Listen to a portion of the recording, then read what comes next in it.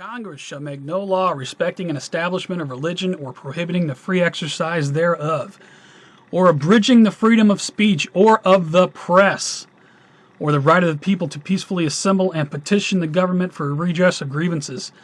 Well, just try to go and peacefully assemble anywhere where the Secret Service may be present. You're going to figure out in a hurry what it's like to be charged with a felony, but that's not what this video is about. Senator Dianne Feinstein apparently has OD'd on Count Chocula once again. Feinstein says, First Amendment is a privilege, not a right. I'm going to put this link from the Daily Digest. It's got a YouTube video that accompanies it. I'll put a link to the video as well. Backup link, establishment trying to silence alternative media. And there's a GLP thread with much more information. I'll put a link to that. Of course, they're trying to silence the alternative media because the alternative media has been kicking ass and taking names. For all we know, we may very well have stopped the bombing of Syria, or at least delayed it. We made such a ruckus over that. The people of the United States are starting to more and more turn to the alternative media. They are looking at the mainstream media as just nothing but propaganda and deception and lies, and they are exactly right. This is the kind of stuff we've been talking about for years, so right on. So yes, we are, as the alternative media, we are dangerous to the establishment. Now put this, speaking of wars, how the media manipulates world into war. This is a great article from Global Research. It says September 14, 2013, however, it goes back to January 2nd, 2012, might be the original post.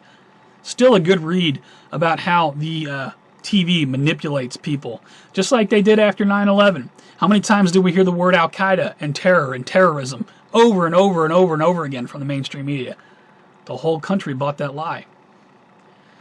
TV is the most powerful hypnosis tool ever. So this is a good article from them. There's also a couple, I'm going to link this back to Operation Blackjack a little bit. Now I will put the slide Iran, Syria, China, the slide that says we bomb Iran, Syria, and China. You guys already know about that. However, there's in part 5 of Blackjack is most telling. There's considerable evidence that some internet chat rooms, alternative websites, and other forums were used by the perpetrators of the attacks to coordinate their actions to prevent further use of the web. For these purposes, steps being taken, regulatory authorities, blah, blah, blah. This is how they bring in internet too. Of course, if and when the false flag does go down, the alternative media will take part of the blame because they're going to say, well, the free flow of information, we got to stop. We can't have that. It's against our country's national security interest to have the free flow of information. So that's how they'll control the internet. That's just one slide in Blackjack. Here's another one. Speaking of journalists, there is a slide in Operation Blackjack that reads the following. All journalists operating within the UN are required to contact the DHSO within 1 month.